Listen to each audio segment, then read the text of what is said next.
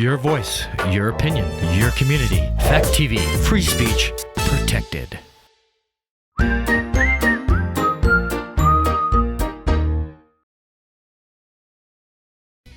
news, politics, business, sports, arts, music.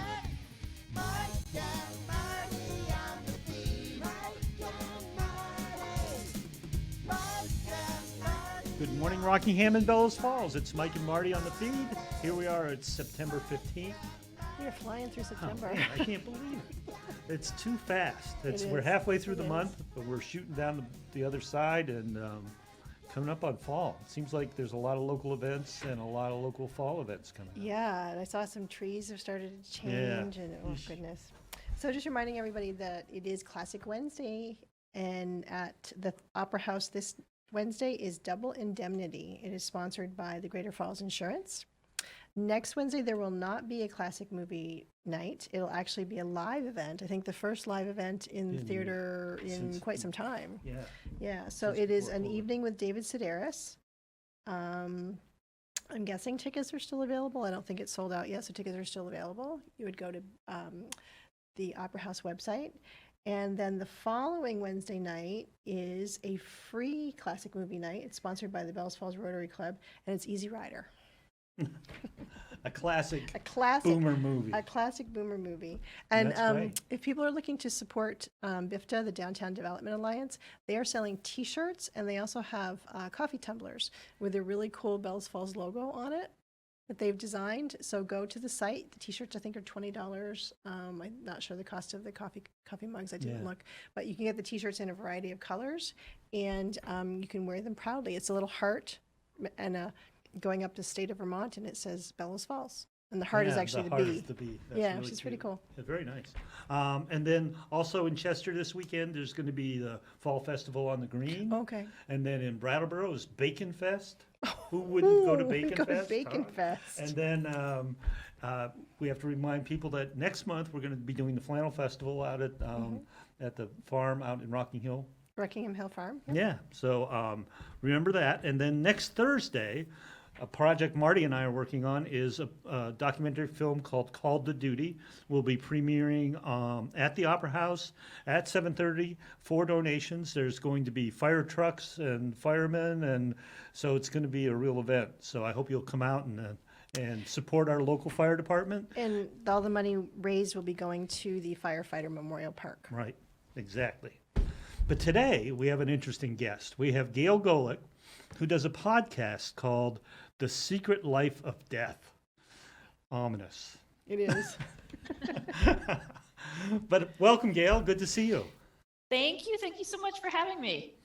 Tell us a little bit about, yourself, because I know you're an archaeologist, and I can understand where that might lead to where you're going right now, the path you've taken. But tell us a little bit.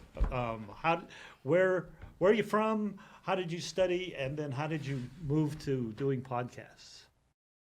Well, I'm a local gal. I grew up in Alstead, and for the past 20 years or so have been a professional archaeologist working in Vermont, New Hampshire primarily. And so I've gotten to travel all over the state, both of these states, doing work and getting to know local histories as I go along. And one of my side interests beyond archaeology has always been historic cemeteries.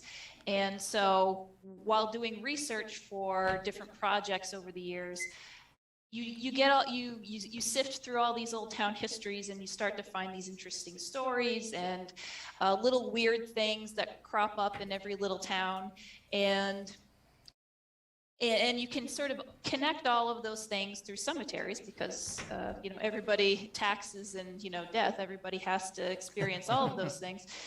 So that seemed to be an interesting way to tell some of those stories that I was coming across. And there's just so much about cemeteries that I find very interesting, and they're unique into themselves, but then they also share a lot of characteristics in different regions. And so as a historian and an anthropologist, you can study the cemeteries and different aspects of them, and they can give you insights into the local communities throughout different periods of time. So that's, and I thought that would be a really interesting way to start telling stories. And podcasts are a great way to do that as well. It's an audio format as opposed to having sort of like a radio show for people who aren't familiar with what podcasts are. But you listen to it on your computer, or if you have a smartphone, you can listen to them that way. And they can be all sorts of different formats for the podcast. And this one, I go out to the sites of these different cemeteries. I'm kind of taking people along with me as I'm exploring and discovering things, and then weaving in a narrative of the background research that I've done to sort of tie it all together. Yeah, it sounds it. And on your website, I thought it was interesting that you look for the why, the how, the who, and the WTF. Yeah. There's a lot of WTF. Just like, I imagine. What? Really? How did that happen? A lot of bizarre, weird things that just have sort of either fallen out of favor or just aren't fashionable anymore, or that used to be very commonplace. And some of that stuff, looking back 200 years later, is sort of like, whoa. What? and those are those weird things are so much fun to find out. Yeah. And you started, so your first episode planned, like, which came first, the chicken or the egg? Your first episode is the epidemic spotted fever in Ackworth. Did that happen pre-pandemic, during the pandemic? Did you search it out specifically, or you just found a grave that intrigued you? Was it all just happenstance?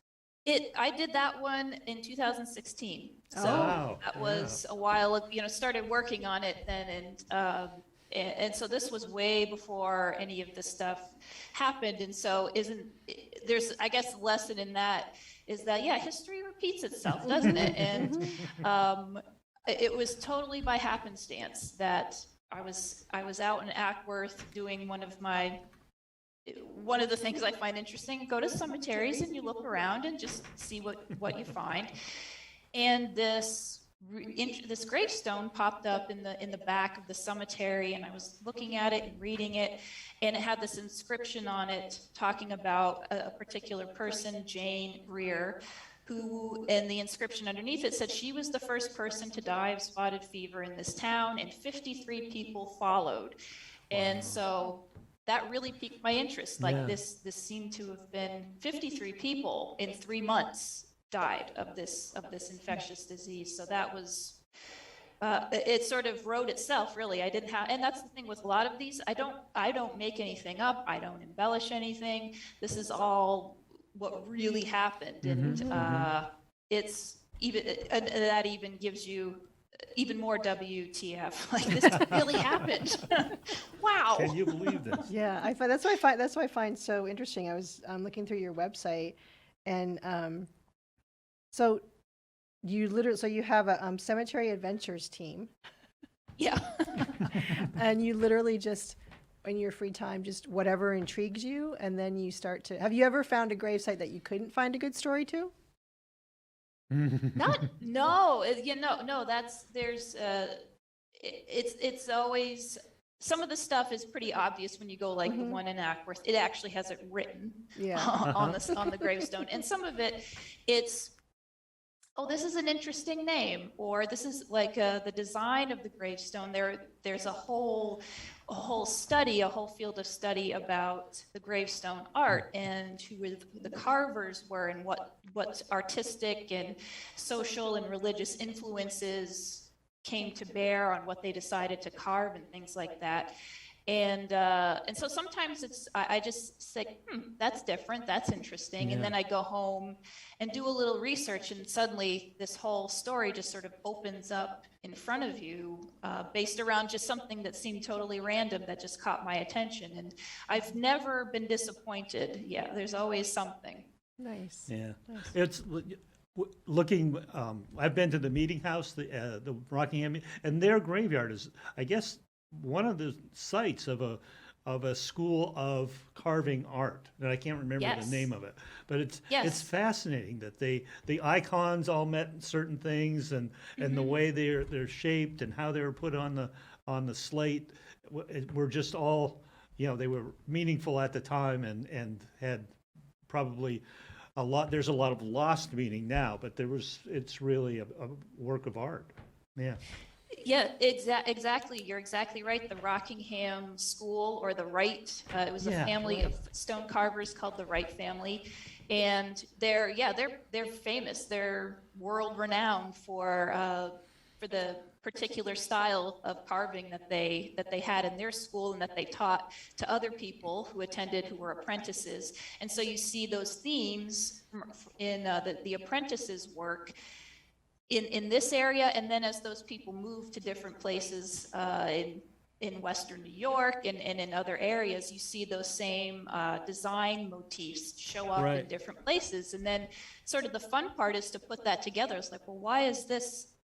A lot of them in the Rockingham School are these little faces, Yeah. and sort of like they call them soul effigies. So they're meant to represent the person in the grave, not like a literal portrait of them, but just this spirit, this entity, and Really interesting. you see that very prominent here in a lot of the graveyards around here. And then you start to see it pop up in different areas and say, oh, well, that was because they had an apprentice from the Wright School, and then they opened their own studio somewhere else, or they moved out west. Wow, that's incredible, isn't it? It is I found the whole topic really fascinating. We were actually traveling this weekend, and we were in Maine, and I don't remember where it was. I don't remember if it was off of the highway. There was and I thought of you because I knew we had this podcast coming up. There was the tiniest little graveyard. I mean, there was all of this development around it, but then this little tiny graveyard, probably like maybe 20 stones, had been preserved. And I thought, ooh, I bet there's a story there. Yeah, and isn't it funny when you start to see those things, and you see them everywhere, kind of one of those sorts of things, and you do start to think about, look at how the landscape has changed. Look at how the area where you are, that when you start to see a lot of development in these little tiny, usually when they're that small, they're usually family plots. And say, so that in itself starts to tell you a whole story, that there used to be a family here, or there used to be a village here. And one of the things that is fun for me too, if anybody else likes to drive around on the back roads in Vermont and New Hampshire, and you'll be out in the middle of absolutely nowhere, and you won't have seen a house for 1.5 miles, 2 miles, and then there's this little cemetery on the side of the road. Yeah. And so you say, wow, well, and then you go back and look, there used to be a whole little village up and around here that isn't there anymore. And so that tells you a lot too. Yeah. Right. Yeah. And it's so I was so when you talk about you tell their story, you literally don't, from what I gather from your site, you literally don't just tell the narrative, but you bring in some folks to actually have an interactive narrative to tell the story. Yes. Right. I've been lucky enough to have a lot of friends who enjoy this type of thing too. So I have my cemetery action team come along with me, because it's nice to get other people's reactions to some of these things too, and share that experience. And I think for listening to that makes a good audio experience for the listener too. And then I also have talked to professionals outside of my area expertise to get their input on. I've talked to Brian Post, who is he's a gravestone restorer, he's a stonemason, master mason, and one of his jobs, one of his skill sets is to go around to historic cemeteries, clean old stones that have been that are weathered and you can't read them, and then reassemble them in a safe way, so that they are preserved. And a friend of mine, Michelle Mogavero, who is a jewelry expert of all things. How does that tie in? But there was at the late 1700s into the 1800s, early 1900s, there was this whole industry of mourning jewelry that went along with the mourning of death and dying, that people would have pendants and have rings that were dedicated to the death of a beloved family member. Oh, really? And so then there's this whole crossover between what you see showing up in on the jewelry, like the styles and the motifs that are the same as the gravestones. Oh. So there's a crossover there too. Mhm. Wow, that's fascinating. I know. Yeah. We could, what is what are you working on currently? What is your episode currently? The current episode, I was just talking to Mike before we started. I've been working on a very long project about the Andrews Inn, which isn't technically about gravestones, but it turned out to be such an interesting local history story that I kind of couldn't put it down, and really ran with it, because this was something that happened in my lifetime that I honestly didn't know a whole lot about. And so I was just really interested to find out as much as I could and put together a story that for a lot of local people, and that was the thing. I would talk to, my parents knew about it, but nobody in my generation really knows anything about it. That's And true. even in the LGBTQ plus community, not many people had ever heard of it. So I was like, boy, why is that? That's interesting. And And it was and leading so- it was on the frontier. It was it was so far ahead of its time. It Yeah. it really was. And that's a fascinating tidbit in and of itself. Like, wow, this thing happened right here. And I love that. I love that so much. It's sort of an ironic that a place that would be ahead of its time could take place would happen in a village that doesn't want to move from 150 years ago, And that's exactly it. That was, I think, sort of where I came down on it. Like, wow, how did this happen? But then in some ways it sort of makes sense, because once you tease apart all of the details, like, oh, okay, yeah, I get it now. Yeah, it's really interesting. I'm fascinated. I really want to listen to that episode, because it was such a change in the I think the attitude and the way the town evolved almost was. So Yeah. where do you do your research? I guess is it online? Do you go to libraries? I mean, is it a combination of everything? It's luckily, with my training as an archaeologist and historian, I do a lot of it online, but then there's also a lot of other resources at local historical societies, and just in traveling to on-site, going to the cemeteries themselves. A lot of it is just gathering data and making my own observations. And so luckily none of that really costs any money. It's just a lot of time. And it's something, especially during the pandemic, which was really beneficial for me, because you could do a lot of that stuff from home, or you could do the interviews remotely. And but prior to that, and hopefully soon, I'll be able to reestablish going out and talking to other people in person. And that's always the most fun, because you never really know what you're going to find out from people and how the conversation is going to go. And it's sort of similar to the research into the gravestones. You'll find something out, and there's something good there, but you don't know what's going to pop up when you're doing the research or talking to somebody, or just how your conversation evolves, and these things create themselves as you're working together. And that's also a really fun part of the process for me. So do you then script it? I mean, in order to create a narrative, do you have to script certain parts and do narration and then read that, or is it a combination of script and interview, and how's that work? Yes, it's so the way that I put it together, whether it's right or wrong, I'm not sure, but so there's the live element of things that I've gone out into the field and recorded, and you do have to edit that down. You gather way more material than you'll ever use, and only use a few seconds of it, it seems like, in some cases. And then And then, yes, to tell the story part of it, to move it along and to help establish information and to bring people along as you're moving from place to place or topic to topic. There's a script that comes into play where I'll do the voiceover narration. And that's sort of the information dump where you get a lot of the details and history and things like that. And I try to make it interesting. I'm not just, even though I'm reading the script, I'm trying not to make it sound like it's just a textbook. Right, so right. it's a little less formal than some things, and then it's just you kind of cut back and forth to different places where I've done recording or different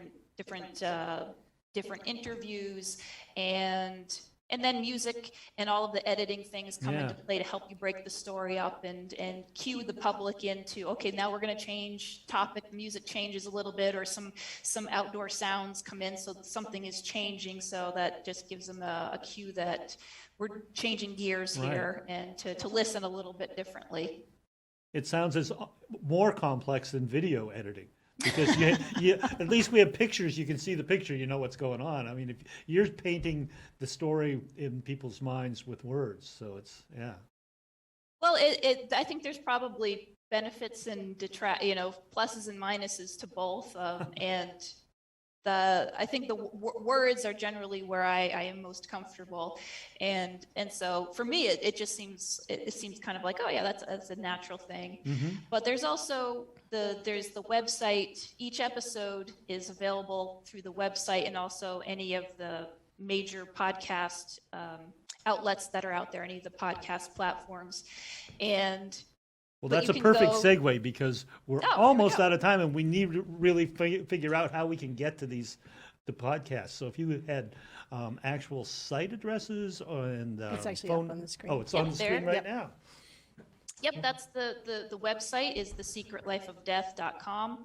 All the episodes are there, and it's fun to check in on that because I have pictures to go along with the stories. So if you want to see the gravestones or maps and things like that of what I'm talking about, and also just just notes about the show, little details that might not have fit into the narration, but make more sense when looking at a picture, something like that.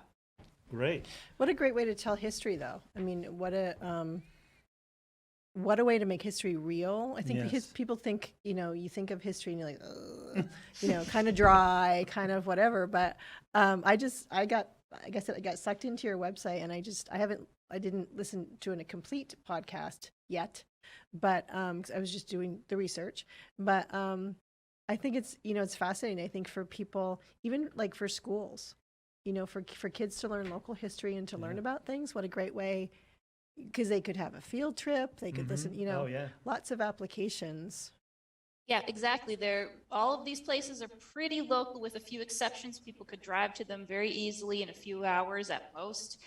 And yeah, it's all outside, so it's perfect for stuff like for right now if you're worried about COVID and things like that. So or just right down the street if there's like, oh, there's a cemetery, I've never been there.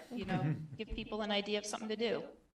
Great. Do people send you ideas? Has anyone? Yes. Yeah. I've had a few, and some of the best shows that I wasn't expecting have come out of them. So I love that.